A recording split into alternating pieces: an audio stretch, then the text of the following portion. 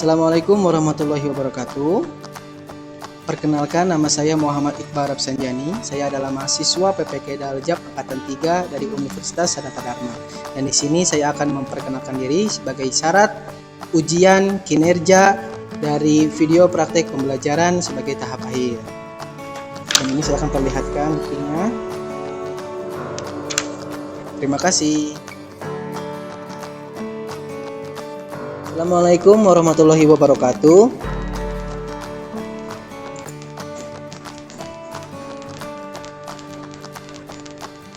Ya, selamat siang semua, menjelang sore ya. Ya, semoga semua sehat-sehat selalu diberikan kesehatan, selalu diberikan kedamaian. Jangan lupa, karena kita masih dalam keadaan pandemi seperti ini, apalagi kota dan kabupaten Sukabumi ternyata sedang berada di zona orange menuju merah, maka selalu ingat 3M ya. Selalu menjaga jarak apabila keluar, selalu mencuci tangan apabila sudah melakukan aktivitas, dan kemudian selalu memakai masker juga apabila berkegiatan di luar. Nah, seperti itu. Nah, jangan lupa untuk mengisi presensi yang linknya Bapak sudah bagikan di WhatsApp group ya. Nanti kalian tinggal isi saja presensinya melalui aplikasi Google Form yang sudah Bapak berikan. Jadi tinggal isi saja, jangan sampai telat ya, jangan sampai telat, karena itu akan berdampak kepada nilai dari kedisiplinan. Oke. Nah, sebelum kita memulai kegiatan, ada yang ingin memimpin doa? Ropi, ayo pimpin doa Ropi. Ya Ropi, silakan pimpin doa dulu. Nah, jadi sebenarnya apa yang akan kita pelajari itu kan sebenarnya erat kaitannya dengan apa yang ada di zaman sekarang, dengan apa yang dijalani oleh negara dan bangsa kita di masa lalu. Kenapa? Karena sejarah itu merupakan cerminan diri kita di masa yang sekarang dan merupakan pijakan apa yang akan kita lakukan di masa depan gitu. Jadi sejarah kita di masa lalu itu harus kita pelajari. Pelajarinya untuk apa? Ya minimal untuk diri kita sendiri, supaya kehidupan kita itu lebih baik ke depannya. Seperti itu. Nah, minggu lalu itu kan kita berbicara tentang dinamika politik, tentang demokrasi terpimpin, tentang bagaimana PKI ya kan, tentang bagaimana hubungannya dengan militer, dengan segitiga itu kan antara PKI, Soekarno dan militer. Itu kan sudah pernah Bapak jelaskan. Dan seperti yang kita ketahui bahwa puncak dari dinamika politik yang ada di masa demokrasi terpimpin itu kan puncaknya adalah peristiwa G30. Beberapa nama perwira tinggi yang terbunuh itu masih ingat nggak? Masih, siapa aja? Jenderal Ahmad Yani, pinter. Apalagi? Panjaitan. Apalagi? Nasution betul menjadi ini ya, menjadi target. Tapi alhamdulillahnya beliau selamat ya. Cuman anaknya yang bernama Ade Irma Surya Nasution itu memang tertembak dan menjadi korban akhirnya. Ya, betul, ternyata masih ingat ya tentang peristiwa-peristiwa yang terjadi pada masa demokrasi terpimpin. Nah, peristiwa-peristiwa yang terjadi pada masa demokrasi terpimpin seperti itulah yang akhirnya nanti, terutama G30 SPK itu yang menyebabkan nanti terjadinya pergolakan di negara kita pada tahun 65. Puncak-puncaknya nanti kemudian muncullah sebuah demo besar-besaran saat itu. Mungkin kalian pernah dengar ada yang disebut dengan Tritura. Ada yang masih ingat nggak? Nggak jawab aja. Jadi nanti penilaian itu, penilaian pada pembelajaran hari ini dilihat dari 3 aspek. Yang pertama adalah aspek sikap. Aspek sikap itu kan dilihat dari kedisiplinan, kemudian dari cara berbicara dan yang lainnya. Sedangkan aspek pengetahuan nanti dilihat dari LKPD yang sudah kalian isi, dan juga dari skor dari tes pengetahuan yang sudah ada di Google Form. Dan penilaian yang ketiga adalah keterampilan. Nah, penilaian keterampilan ini didapatkan dengan hasil presentasi, adalah video-video yang nanti akan kalian buat, video-video kesimpulan yang akan kalian buat. Seperti itu pemerintah. Nah, yang akan kita pelajari pada pertemuan kali ini ini adalah kita akan melihat bagaimana dan kita akan menganalisis situasi transisi dari masa demokrasi terpimpin itu menuju sebuah era yang baru pada saat itu yang kemudian disebut dengan Orde Baru. Ya. Jadi materi kita adalah menganalisis mengenai transisi masa demokrasi terpimpin menuju Orde Baru. Oke? Nah, sebelumnya sebagai stimulus, Bapak akan perlihatkan dahulu video yang sudah Bapak siapkan untuk kalian. Nah, silahkan ditonton videonya. 48 tahun yang lalu Kesatuan Aksi yang tergabung dalam Front Pancasila mencetuskan Tritura. Selengkapnya dalam Today's History.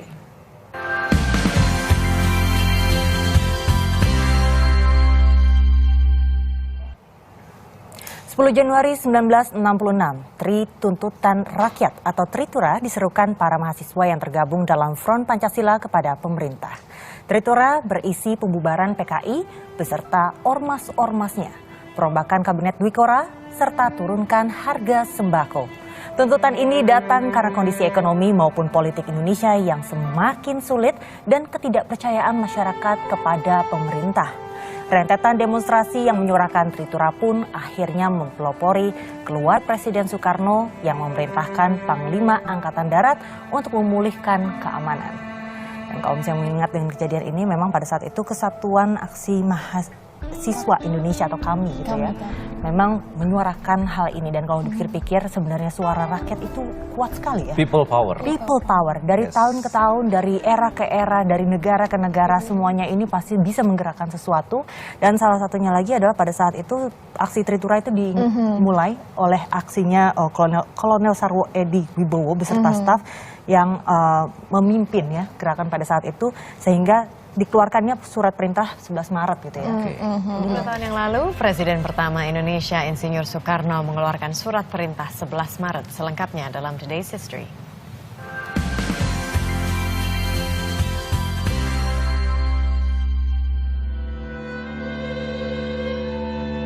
Tanggal 11 Maret 1966, Presiden Soekarno memberikan surat perintah kepada Letnan Jenderal Soeharto yang saat itu menjabat Menteri Panglima Angkatan Darat untuk mengambil langkah-langkah yang diperlukan guna memulihkan ketertiban dan keamanan umum. Surat perintah 11 Maret 1966 atau biasa disingkat Super Semar ini merupakan titik balik kekuasaan Orde Lama ke Orde Baru. Sedikitnya ada 3 kontroversi mengenai Super Semar ini. Pertama, menyangkut keberadaan naskah otentik Super Semar. Hingga kini isi dari naskah Super Semar masih menjadi kontroversi sebab naskah otentik dari surat perintah tersebut masih belum diketahui keberadaannya. Kedua, proses mendapatkan surat tersebut. Keputusan Presiden Soekarno dalam mengeluarkan surat perintah ini berdasarkan hasil rapat bersama 3 perwira tinggi Angkatan Darat, yakni Brigadir Jenderal Muhammad Yusuf, Brigadir Jenderal Amir Mahmud, dan Brigadir Jenderal Basuki Rahmat. Surat tersebut ditandatangani Presiden Soekarno di Istana Bogor, Jawa Barat. Ketiga, tafsir yang dilakukan oleh Soeharto dari Super Semar tersebut. Probo Sutejo, adik Soeharto, dalam memoar Saya dan Mas Harto mengungkapkan, sebenarnya tidak ada kalimat yang menyebutkan untuk membubarkan PKI di dalam Super Semar. Menurut mantan aktivis Kesatuan Aksi Mahasiswa Indonesia atau KAMI, yang juga pendiri CSIS, Yusuf Wanandi, dalam memoarnya Menyibak Tabir Orde Baru, sejumlah organisasi massa beserta LPKAD dan Kostrad yang pro Soeharto dengan rakyat, terutama mahasiswa dan pemuda, melakukan show of force berkeliling kota. Kekuatan anti-PKI mendorong Soeharto mengadakan sidang MPRS untuk mengukuhkan Super Semar. Presiden Soekarno mengecam aksi Soeharto dalam menggunakan Super Semar di luar kewenangan yang ia berikan. Super Semar bukan surat pengalihan kekuasaan, tapi hanya surat perintah pengamanan. Banyaknya kontroversi dan kesimpang siuran sejarah Super Semar menjadi pekerjaan rumah tersendiri untuk bangsa Indonesia, terutama untuk generasi penerus agar jangan sekali-sekali melupakan sejarah. Oke, kalian sudah menonton videonya. Simpan dulu pertanyaan-pertanyaan kalau seandainya kalian ada pertanyaan mengenai video tersebut. Nah, sekarang Bapak akan perlihatkan dulu mengenai PowerPoint-nya dulu tentang materi ini.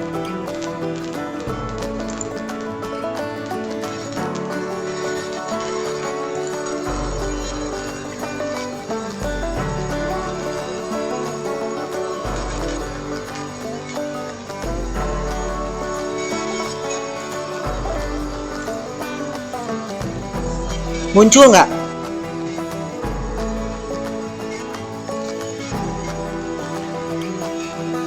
Ada nggak? Ada ya?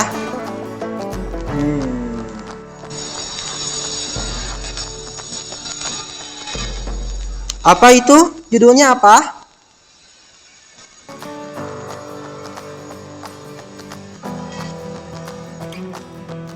Oke.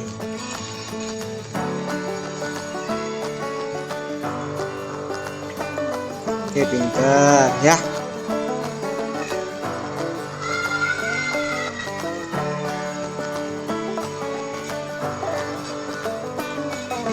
Bapak besarkan, kelihatan? Oke. Itu ada gambar siapa? Iya, Presiden Soeharto. Cuman pada masa ini memang beliau belum menjadi presiden. Jadi materi kita adalah tentang Super Semar dan masa transisi pemerintahan demokrasi terpimpin menuju Orde Baru. Oke.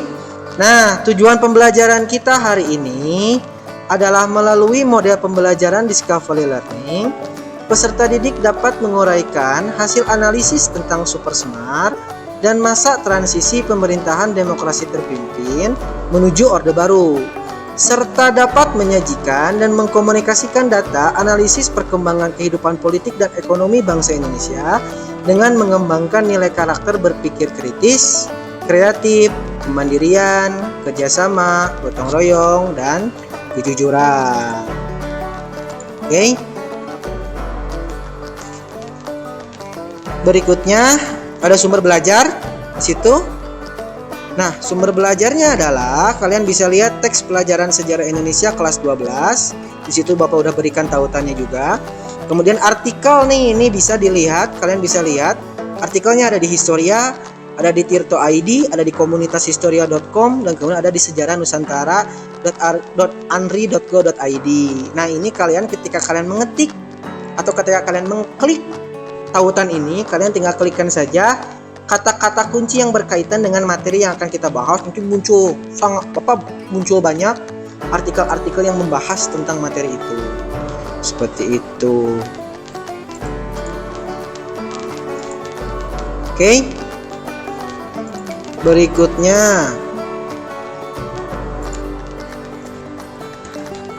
Nah, ini adalah alur dari akhir dari demokrasi terpimpin. Coba kalian perhatikan di situ. Kelihatan kan? Kelihatan jelas? Ya, kelihatan jelas.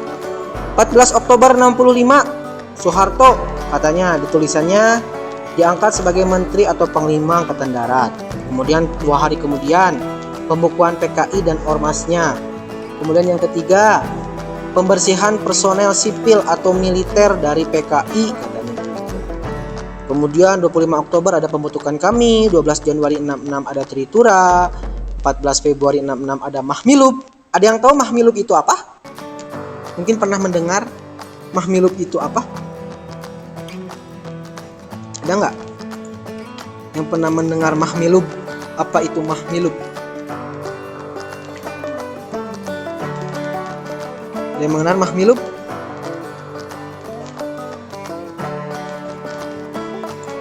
Mahmilub itu adalah Mahkamah Militer Luar Biasa. Ya. Kemudian 24 Februari 66 ada Kabinet 100 Menteri Dwikora yang disempurnakan. Kemudian tanggal 11 Maret 1966 itu ada yang disebut dengan Super Semar. Di situ gambarnya diibaratkan seperti Superman ya. Jadi plesetan kata dari Superman jadi Super Semar. Ada yang tahu nggak Super Semar itu apa, nak? Mungkin 11 Maret. Oke. Ini adalah infografis tentang Super Semar. Kalian bisa lihat sendiri. Kalian bisa analisis tentang gambar ini. Kira-kira ini apa maknanya? Ya kan? Ini maknanya apa? Super Semar itu maknanya apa? Terutama bagi Presiden Soeharto dan bagi Jenderal. Bagi Presiden Soekarno dan bagi Jenderal Soeharto saat itu kira-kira maknanya apa Super Semar ini? Ya. Kenapa kita harus menganalisis tentang Super Semar ini, bagaimana perannya dalam kehidupan masa transisi dari demokrasi terpimpin ke Orde Baru? Yaitu karena nanti dari Super Semar ini memunculkan ini dualisme kepemimpinan. Dari dualisme kepemimpinan itulah, nah kita lihat di sini menuju Orde Baru tuh. Dari Super Semar ini kemudian ada pembubaran PKI. Terus selebihnya hingga kemudian kita lihat 27 Maret 1968 ada pelantikan Soeharto sebagai presiden. Kemudian tanggal 10 Juninya adalah tahun 1968 ada pembentukan Kabinet Pembangunan. Ya, jadi betul tadi kata saya bahwa memang Super Semar ini seolah-olah memberikan kekuasaan dari Presiden Soeharto kepada dari Presiden Soekarno kepada Jenderal Soeharto. Tapi apakah benar memang seperti itu? Nah, itu adalah tugas kalian sebenarnya untuk menganalisis nanti. Oke? Itu tugas kalian untuk menganalisis. Silakan aktifkan lagi kameranya. Udah beres presentasinya. Itulah video dan penayangan PowerPoint yang digunakan oleh Bapak sebagai stimulus bagi kalian. Diharapkan dengan adanya video dan PowerPoint tadi, kepikiran kalian itu bisa terstimulus, kalian bisa berpikir kritis sehingga kalian bisa ini tuh apa sih, kenapa sih Super Semar itu begitu pentingnya gitu kan. Tadi kan juga ada yang berkomentar sedikit ketika Bapak menjelaskan, ketika Bapak memberikan stimulus bahwa ada beberapa versi tentang Super Semar, kenapa bisa jadi beberapa versi gitu kan Super Semar itu. Nah, itu kan bisa jadi sebuah analisis buat kalian. Nah, Cahya, silakan Cahya.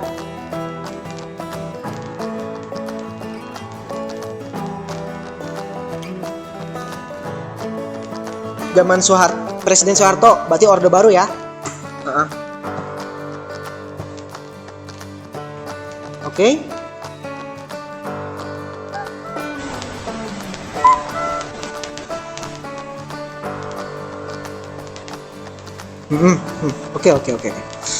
Oke, pertanyaan bagus. Ya, walaupun sebenarnya pertanyaan ini akan kita analisis lagi di pertemuan berikutnya tentang Orde Barunya, terutama tentang ekonomi dan yang lainnya. Tapi itu sebuah pertanyaan dan sebuah stimulus yang bagus ya buat teman-teman yang lain juga, nanti kita akan analisis lagi. Itu pertanyaan dari saya itu sangat-sangat bagus. Oke, berikutnya ada lagi yang ingin bertanya tentang materi yang tentang stimulus yang tadi.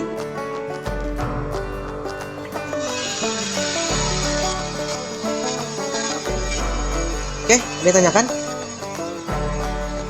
Ya, Divani, silakan. Ya.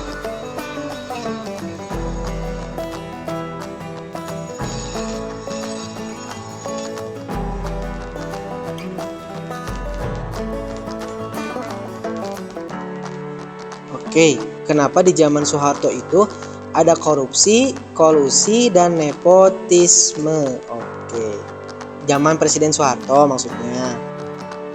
Oke, pertanyaan bagus ya.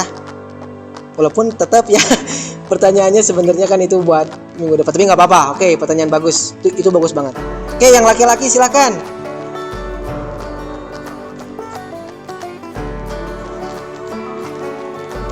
Ya, Irsal, silakan Irsal. Ya.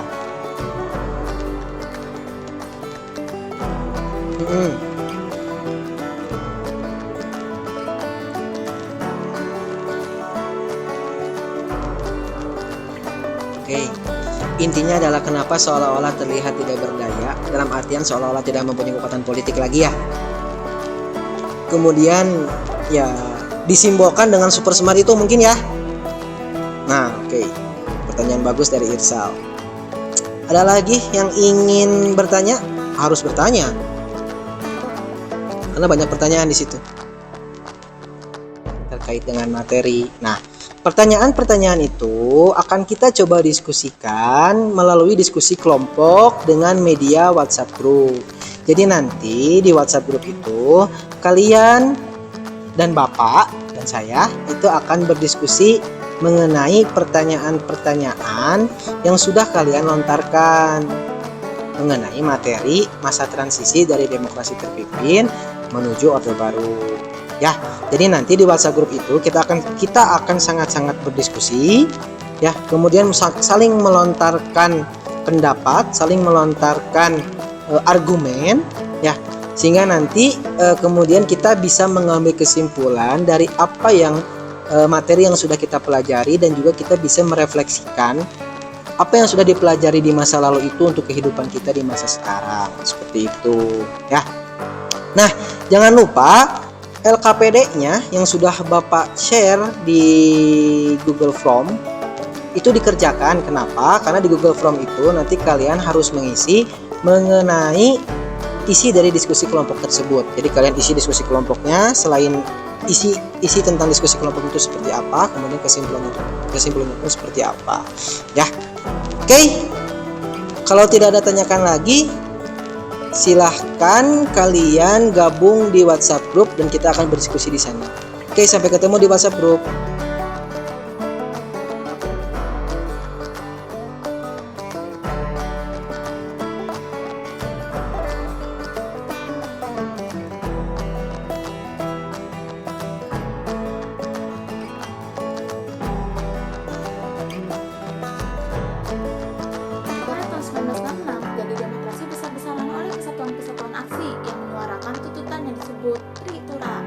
Tritura ialah tuntutan rakyat, yaitu 3 tuntutan yang disampaikan kepada Presiden Soekarno oleh Gerakan Mahasiswa dan Rakyat pada 12 Januari 1966. Aksi ini didorong oleh keadaan politik dan keamanan negara yang menjadi kacau, keadaan perekonomian yang menurun di mana inflasi mencapai 100%, dan karena dipicu dengan adanya pembunuhan para jenderal angkatan darat dan peristiwa gerakan 30 September yang diduga dilakukan oleh PKI. Gerakan mengajukan tuntutan ini adalah kesatuan aksi mahasiswa Indonesia, pelajar umum Indonesia, guru Indonesia, sarjana Indonesia, wanita Indonesia, dan guru Indonesia yang didukung penuh oleh PMI.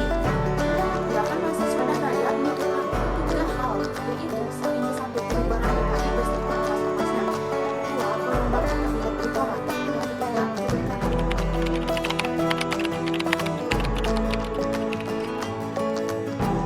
salah satu sistem pemerintahan yang cukup lama bertahan di Indonesia, yakni selama 32 tahun, adalah sistem pemerintahan Orde Baru atau Orba. Masa Orde Baru dimulai pada tahun 1966 sampai 1998. Presiden Soekarno secara resmi menyerahkan mandatnya kepada Jenderal Soeharto melalui Supersenar atau Surat Perintah 11 Maret. Latar belakang dikeluarkannya Supersenar adalah akibat peristiwa yang tidak boleh sekali, yaitu aksi kudeta PKI yang mencuri bahkan membunuh beberapa orang penting. Kejadian ini memicu kekacauan negara, bahkan keamanan negara menjadi tidak terkendali. Lalu rakyat Indonesia melakukan demo besar-besaran. Maka melalui bantuan, rakyat Indonesia mengajukan Tritura, yaitu Trituntutan Rakyat. Supersemar atau Surat Perintah 11 Maret merupakan surat yang dikeluarkan Presiden Soekarno kepada Letjen Soeharto. Hal yang melatar belakangi munculnya Supersemar yaitu 1. Situasi negara dalam keadaan kacau. 2. Untuk mengatasi situasi akibat pemberontakan G30 SPKI. 3. Untuk menyelamatkan negara kesatuan Republik Indonesia. 4. Untuk memulihkan keadaan dan kewibawaan pemerintah. Dan kemudian Presiden Soekarno mengadakan sidang pada tanggal 11 Maret 1966.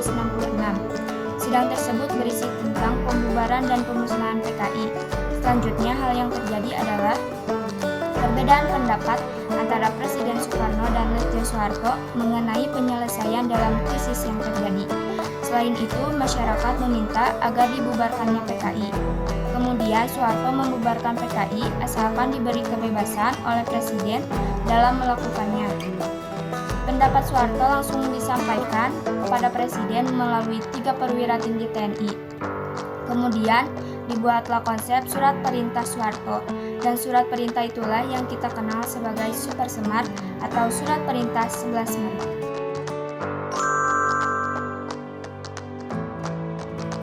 Latar belakang terjadinya Orde Baru adalah karena adanya kudeta besar-besaran yang dilakukan oleh PKI terhadap kebijakan pemerintah.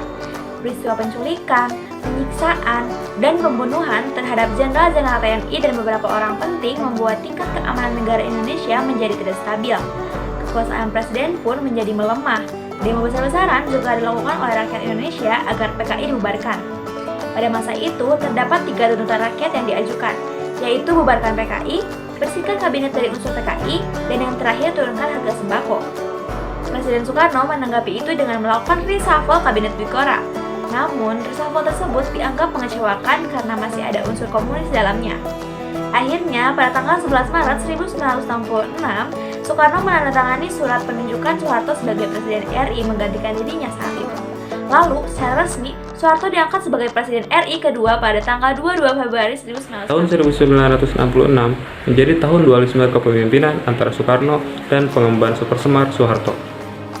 Sejak dikeluarkannya Super Semar, peran Soeharto dalam pemerintahan menjadi dominan, terutama dalam tindakannya membubarkan PKI, yang membuatnya semakin populer di kalangan masyarakat, sedangkan Soekarno dianggap tidak aspiratif. Super Semar dijadikan top MPRS secara hukum dalam sidang MPRS, sehingga tidak dapat dicabut sewaktu-waktu oleh Presiden. Hal ini menandakan kedudukan Soeharto sama dengan Soekarno.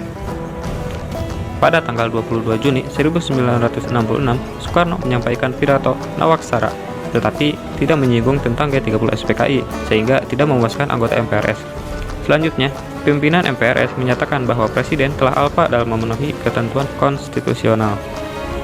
Hingga pada akhirnya, tanggal 22 Februari 1967, Presiden Soekarno mengundurkan diri dari jabatannya. Lalu Soeharto dilantik sebagai pejabat presiden dan akhirnya menjadi Presiden Republik Indonesia. Kemunculan Orde Baru latar belakangi oleh peristiwa Gerakan 30 September tahun 1965. Setelah peristiwa itu, Soeharto tampil secara memukau dalam mengatasi berbagai permasalahan keamanan. Puncaknya adalah ketika Soeharto menerima surat perintah 11 Maret 1966 atau dikenal Super Semar yang berisi pemberian mandat kepada Letjen.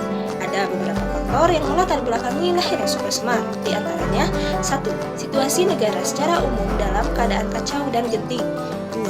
Untuk mengatasi situasi yang tak menentu akibat pemberontakan Gerakan 30 September. 3. Menyelamatkan Negara Kesatuan Republik Indonesia. 4. Untuk memulihkan keadaan dan wibawa pemerintah. Nah, kesimpulan-kesimpulan dari yang sudah kalian dapatkan itu silakan nanti kalian tuliskan dalam LKPD, kemudian juga kita akan tuliskan refleksinya juga. Nah, kemudian nanti bisa diposting, kemudian nanti laporkan ke Bapak bahwa kalian sudah mengerjakan tugas.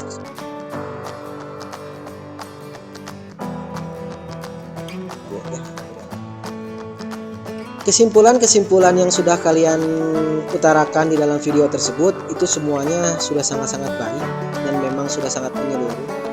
Tapi mungkin Bapak akan sedikit memberikan penguatan mengenai materi ini. Ya, materi tentang pada pertemuan kali ini adalah kita membahas tentang Super Semar dan juga membahas mengenai transisi dari masa pemerintahan demokrasi terpimpin ke masa Orde Baru. Artinya, masa ini adalah masa-masa krusial, masa-masa yang penuh dengan polemik karena memang diawali dari sebuah peristiwa yang sampai sekarang juga kita masih abu-abu. Ya, ujungnya kan bahwa masa transisi ini kan diawali dari sebuah peristiwa besar yang kemudian disebut dengan peristiwa G30 SPKI yang sampai sekarang pun dalam utamanya masih banyak menyebutkan beberapa versi. Kemudian sesuai berjalannya waktu keluarlah Super Semar ya. Super Semar ini juga kalau kalian sudah bahas dan kita sudah diskusikan juga ada beberapa versi dari surat perintah 11 Maret itu sendiri. Jangankan dari Super Semar yang banyak versinya, penafsirannya pun beda-beda antara Presiden Soekarno dengan Jenderal Soeharto pun menafsirkan tentang Super Semarnya itu beda-beda.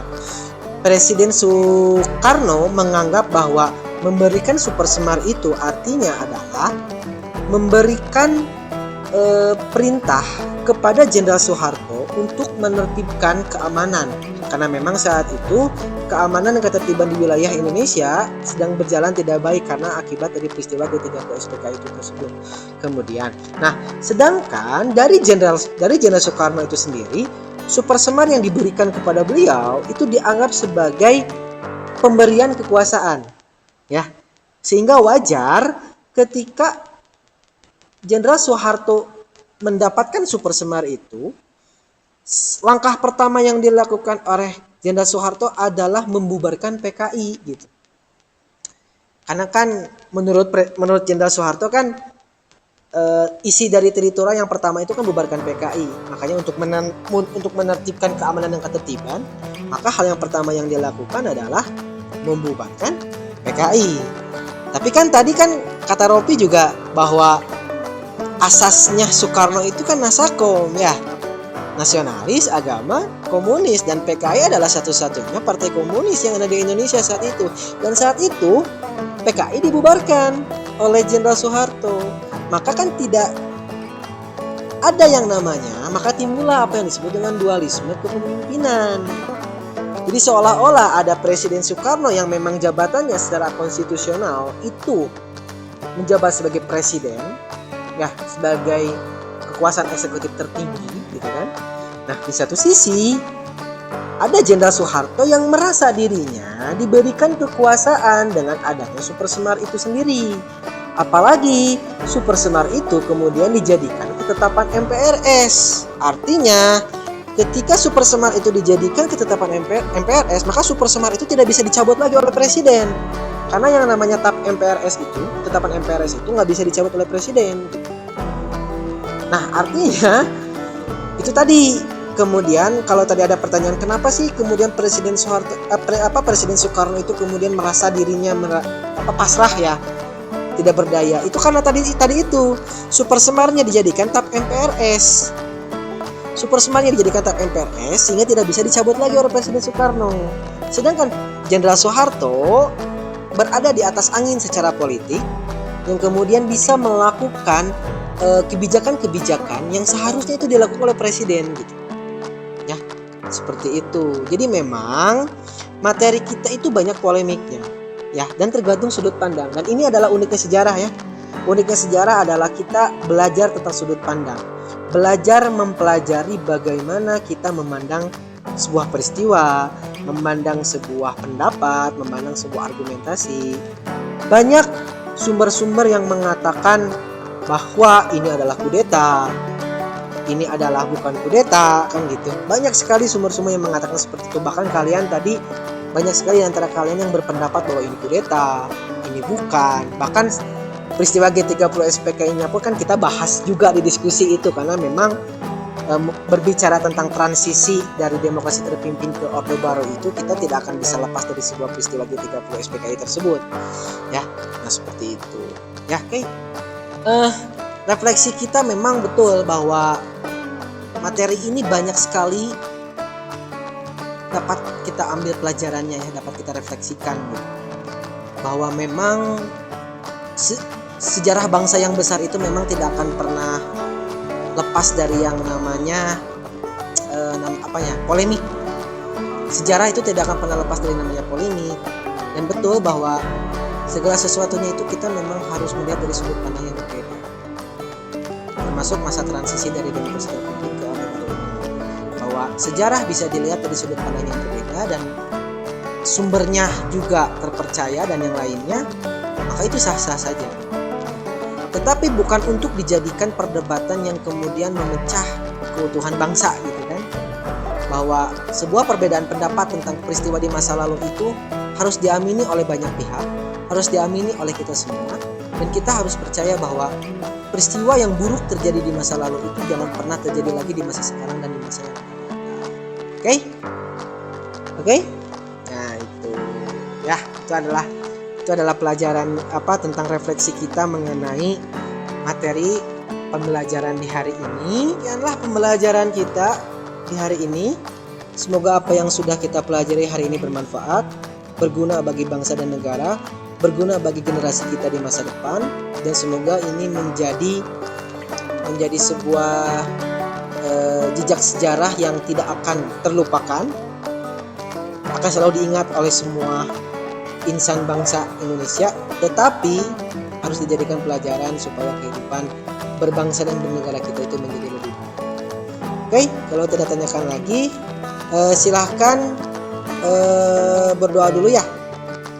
Ropi, silakan pimpin lagi berdoa. demikianlah pembelajaran kita hari ini. Semoga ada manfaatnya, semoga berkah ya. Semoga kalian sehat selalu. Jangan lupa 3M ya, karena kita masih dalam keadaan pandemi. Salam untuk keluarga. Sampai ketemu di pertemuan selanjutnya. Assalamualaikum warahmatullahi wabarakatuh.